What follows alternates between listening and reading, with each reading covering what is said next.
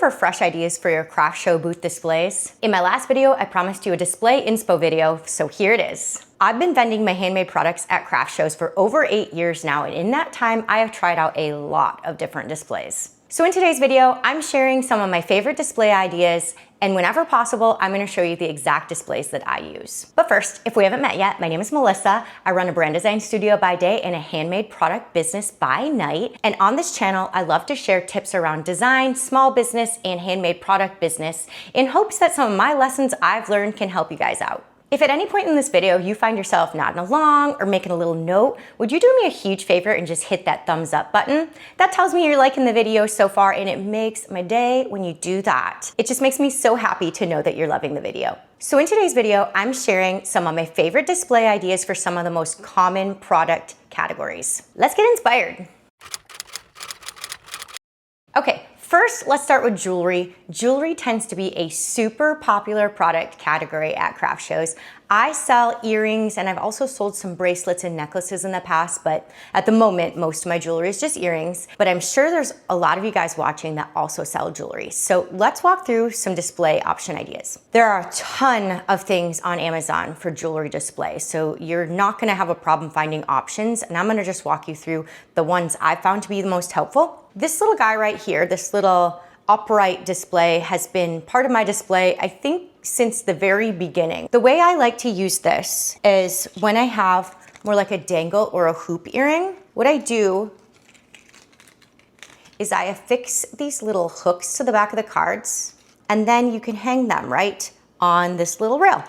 And this works really wonderful for these hoop style earrings, but I've seen people use these same displays with carded earrings too, with like a bigger carded dangle earring, and then of course they just put that little backer piece on there to hold them. Then we've got slotted trays.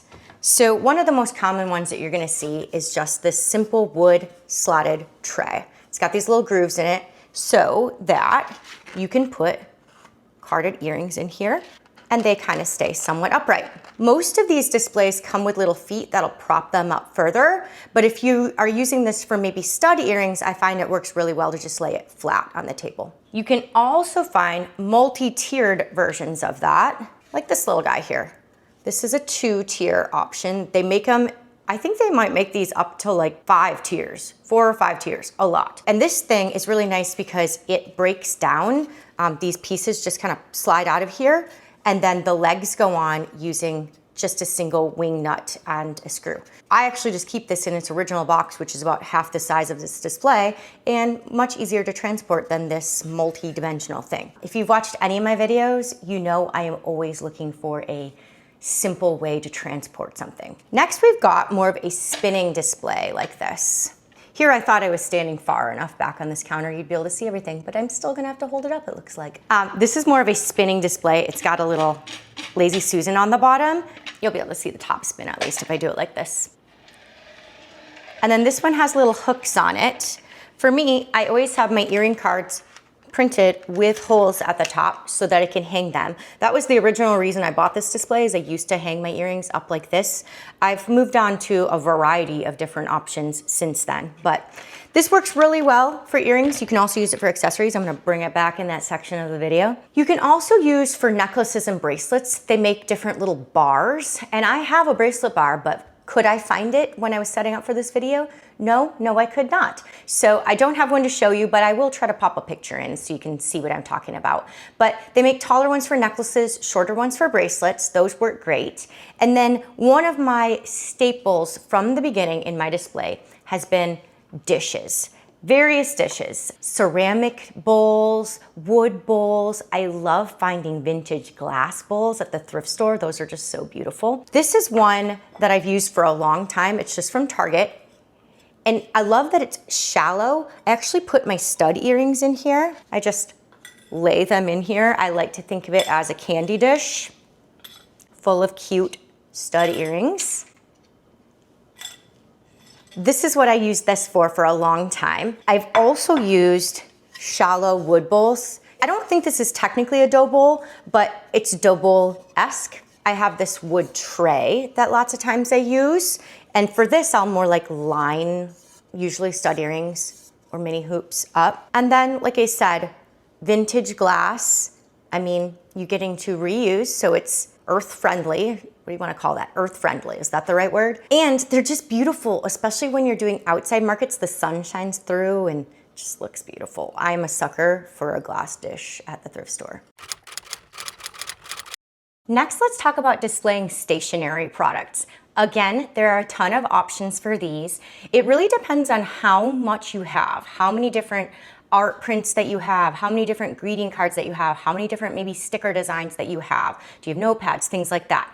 But some of the most common displays that I use is I started out with these birch tiered displays. You can get variations of these on Amazon, but this exact one that I'm showing you is actually from a company called Clear Displays. Their displays are amazing. I do think they're probably better quality than most of the displays you get on Amazon. The displays themselves are not that pricey. It's the shipping that kills you on these guys. But I will say I have had these for years, 5, 6, 7 years. They've held up really well and they're just really nicely made. I've seen some of the ones from Amazon and these are much nicer made. So if you've decided that this is a display that you want to go with for your stationery products, I definitely recommend Clear Displays over Amazon displays if you can fit it into your budget. Another option, and this is what I'm currently using, is a wire rack. Now, this is not the exact wire rack I'm using. I have 2 of these. This is the smaller version. I use actually a really big one when I go to craft shows, and in the big one, I fit all of my cards plus a row of my art prints, so everything's on one rack. I have this little one that I also bought for if I'm ever gonna do a smaller setup somewhere. I will say these wire racks, the nice thing about them is they are super lightweight and easy to transport, but the downside is they are a little tricky to set up. You basically have these little arms that click onto the grid that kind of hold the rack at tension. And so that's what allows it to kind of fold flat and be so easy to transport. But getting those arms in the right place where you've got the right angle and the right amount of tension that things aren't sliding around, it is a little tricky. This one, I'm not touching it right now because on this slippery countertop, it's having a little bit of an issue wanting to stay up. I will say this smaller one, I have more problems with than my big one. There's something about this one. The angles and the proportions aren't quite as good about this one. I do really love my wire rack display because these guys, in theory, you can break them down. They come to you flat packed, but when I've tried to break down these bigger ones, the first time I tried, I broke a little piece off. So I've not tried since. If you have the same luck that I have with these displays, that means you have to transport them put together like this. So they make a beautiful, beautiful display, but you have to transport this big old piece. So these are kind of like your bigger style options. You could also do a spinning rack. They've got floor standing spinning racks or spinning racks that go right on your table. So those are an option. I like being able to see all the card designs and not having to spin, so that's why I opt for these. I also don't know what else I'd fill my table with because I don't have that many different products that aren't cards and art prints. Now, if you just have small amounts to display, like maybe you just have a few different greeting card designs, or you only have like 2 or 3 different art print designs, so you don't need to really display them in a big old rack like this. There's 2 kinds of racks I've used for that in the past. The first one is this wooden rack, and I think if you search Amazon for these, they actually call them like a plate rack. People use them in their cabinets to store their plates or lids or things like that upright. This is actually a mini one that I got from Daiso. They make them that are a little bit bigger. It looks exactly the same as this, just the pegs are a little taller and it's a little bit wider. So they make them in a few different sizes. Man, making a lot of noise over here. Another way to go is an acrylic divider. Now, I am very sad to say this exact acrylic divider I can't find anymore. I got it from the Container Store. The last time I went to try to buy them, they told me they don't have them anymore, which is so sad because they actually display their own products in these all over the store. And it's like, clearly these are useful. Why don't you sell them like you used to? So they do have a couple alternatives that are very similar, but this exact one tends to be my favorite and you can't get it anymore. I like this for a really low profile. You know, this, you see the wood. And so if your display and brand doesn't go along with wood tones, this one's gonna blend better if you're for more of a modern display. This one will blend better. So those are some options for stationery and art prints. So then let's talk about stickers, which stickers are always an interesting thing to try to display. You can use a tiered rack similar to this. It would be a smaller footprint. If you search on Amazon sticker display, something like that will show up. There's actually a lot more than there used to be for sticker display. They also make some small spinners, but the way I like to display my stickers is in this little slatted wood box. And you can't buy this because I made it. But you can make it too. It's just made of balsa wood that I bought at like Hobby Lobby or Michael's. And so there's a thicker piece on the bottom. I think I used the exact width of this piece of wood, so I didn't have to cut it. And I cut it to my length. And then I just cut additional pieces for the sides and the main slots. And then I cut little mini pieces that go between them. I've actually made 2 of these now. I don't know what I'd do without this. I've also started recently displaying my magnets in this on the table because I've always had a hard time fitting them onto my pegboard box, which you're gonna see in a little bit. An alternative to this that isn't a big display like this, a big tiered or spinning display, is just simply getting a business card holder. They make those business card holders that have like 6 pockets and they're like 3 tiers or something like that. I have done those a lot in the past too. I've used those a lot at my shops also. And they make some really pretty like glass ones and stuff like that too if you're worried about aesthetics. So those are the ways that I display my stickers. Next, we're moving on to accessories. Things like bookmarks, key rings, magnets, other little things like that that you might need to display at your booth. And you're looking at my favorite ways to display those, which is pegboards. I am a pegboard queen. I love pegboards. I use them like everywhere.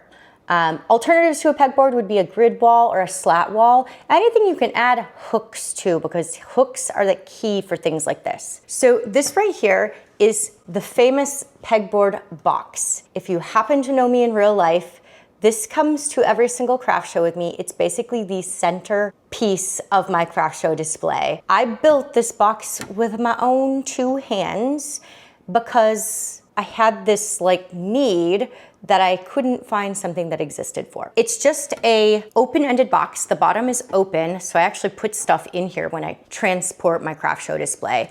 And then the top is flat, so I can set things on it if I want to. I actually have holes drilled into it because if you remember that earring rack that was kind of raised up, I take it off that piece of wood and I stick it right in here. I use the top, and then of course we have the pegboard part at the front. And so you just buy pegs, and now I've got these from Amazon, and I'm doing this without looking, so we're gonna see how good I am at putting pegs in without, there we go. You just pop your pegs in here wherever you want them, and then it's so nice for hanging different pieces of your display. And the nice thing is it's configurable. It's not that you only have 9 hooks and they're in these fixed positions. I can move the hooks wherever I want to, and I do that regularly when I'm out of one color of keyring, or I just made a new bookmark design and didn't give any consideration to where it was going on the display. I just pushed the hooks closer together or move things around. So this is my pegboard box that I love so much. If I ever make another one of these, I will try to do a video demo showing you how to build one. It's really not hard. I am definitely not, I'm pretty handy, but I mean, I'm no like construction worker or something. I don't have fancy tools or anything like that. My brother is in construction and he laughs at me with the way I build things. There's a lot of wood glue. There's a lot of wood glue and L brackets when I build things. But then over here, this guy is just from Amazon, and I'm actually using both of these at the same time at my craft show right now. I've been putting earrings on this one. Same thing, you just put your pegs in here. This one's made of metal, and because it's so thin, I actually like a peg that has 2 hooks at the top because it's a little more stable. We just put the hooks in same way, and we can hang, you know, whatever we want to on here. And I think I've mentioned in the past about windproofing these. I get little mini clothespins and I pin them on the hooks, and that way it keeps things from blowing off of them during windy markets. I actually put this box up, and then very similar to what you're seeing right now, I put this one right next to it, and I usually put earrings on this one and all my accessories on this one. Something about this one's a little bit taller, people notice it a little bit more, so. And then the last, it's not really pegboards, but another way to display accessories is if we bring back that spinner. So this was one of my first ways that I displayed earrings. I mentioned that once before. It comes with these little hooks. I did actually paint it this color, which is my exact shade of white that this box is and some other things are, because, you know, I like things to match like that. This is a really wonderful alternative too. You know, we could hang key rings on here. Now, this has little cup hooks on it. These hooks have an inch of space, so I can fit 5 key rings out here if I want to. This, I could probably just maybe fit 2, 3 if I really wanted to jam it. That's a downside of this, that the hooks are a little smaller. You could always build something like this and use, I think they call it an L hook. It doesn't have the curved shape, it comes out like this. Angle hook, I think it's called an angle hook. So that's always an option too, is to kind of customize it with different hooks. But these are different ways that I like to display my accessories. Of course, there's a million other ways you can do it. I mentioned in the jewelry section that I've been using that little sticker tray to put my magnets in. So this is what my magnets are packed like. They're in these little 2x2 cards. And so I've got them so that I can hang them on a peg if I want to, but my pegboard's pretty full at the moment. So when I bring magnets, I don't know where to put them. So I've been putting them in the little sticker tray. So you can use dishes and trays also to display accessories. It really kind of depends on your exact product mix, which is gonna work the best. But I swear by the pegboard all day long when it comes to accessories. Okay, those are the 3 types of products that I personally sell. So those are the products I have very specialized knowledge around the displays of. So let's talk though about a couple other types of products that you might have and talk about a few different ideas for those products. First, let's talk about clothing. So if you're a clothing vendor, there's a few different ways that you can potentially display your clothing. You can have a rolling garment rack, or I suppose it doesn't have to roll, but a garment rack. If you do that, make sure you weight it down. I have watched many a clothing vendor's garment rack blow over or away during a windy event. So make sure to have weights somehow at the bottom to keep it from tipping, because it's funny, those clothes end up acting as a sail during a windy event. If you don't want to use a garment rack, another option is shelving, and they've got lots of different options on Amazon. They've got some really cool folding shelves, so that way they can pack flat in your car, and when you get them to the event, then you just unfold them and open them. They make them in a bunch of different sizes, but if I were a clothing vendor, I would probably be using one of those. You also probably want a mannequin to display some of your clothing on. Another alternative is like cubbies. If you, let's say, sold t-shirts and you had 12 different designs, you could potentially have each design on some sort of mannequin or hanger and then have your sizes folded up in cubbies beneath it. That would be a really cool way to display your clothing. Then another popular product is candles. And I like to kind of think along with that, ceramics or even food items, because the idea is it's a single item that you need to kind of put out somehow. For those items, again, you can use those shelving I was talking about. You can use the cubbies I was talking about, but especially if you're doing a smaller table display, things like risers work really nicely. And funny enough, you actually can use this little slatted earring tray that I was talking to you about as a riser if your product is small enough. Like if you had like little face creams or something like that, this would work really well. I've seen candle vendors and skincare vendors do that with this same kind of rack. Okay, so that should cover the broadest categories of product. I'm sure I'm missing some things. I'm sure there are some products that I failed to think about. And there's also a lot of really cool, completely unique products out there. If you need help with display suggestions, pop them in the comments. Like, I'd love to brainstorm with you. I actually kind of geek out on trying to display things as well as possible. I'm always trying to find that perfect mix of like optimized actual display of the products, but also optimizing the space in my car, the breakability, the windproofness, and things like that. So, I mean, seriously, if you're having trouble with something, drop it in the comments and I will do my best to try to troubleshoot with you. It could be a fun little challenge. I showed you a lot of prefab stuff and a couple of things that I had made, and I think it's just really important to point out before I end this video that if you can't find what you need, make it. We're creative people. Make your own display. I do it, as you can see, all the time. I'm also buying displays and I sometimes hack them up, like this one I painted. I think I actually moved where the hooks are on this too, because my cards were a certain size that I needed to accommodate for. So, you know, it might be something that exists out there, but maybe you kind of alter it or break it apart or use part of it for one use and another part of it for another use. We're creative people. Get really creative with your displays. Another option is to check Etsy too. Don't just limit your searching to Amazon. Amazon has so many awesome options, but Etsy has they have a lot of people who do handmade displays. They might have vended and they created something for themselves and now they resell it to other people. So don't forget to check Etsy. I've mentioned a lot of different things on Amazon. I always forget to mention this, but I will include my Amazon storefront link below in the description, and it'll have all the things that I've shown you here today that I have personally used. I'm not gonna link things in there like the folding shelving and stuff that I haven't used because I don't really know if the one I would link is gonna be a good quality item, but the links that are in there are things I've actually used and liked. If you are new to markets and wanna learn more about how to prep for your first market or markets, I just recorded the ultimate mega masterclass video on how to prep for your first craft show. I will link that guy right up here. And then if you just want to learn more about markets in general, I will link my entire handmade business playlist right up here. And again, if you enjoyed this video, would you just give it a thumbs up for me? Seriously makes my day and makes all the work of these videos worth it. Thank you so much for watching to the end. I'll see you in the next one.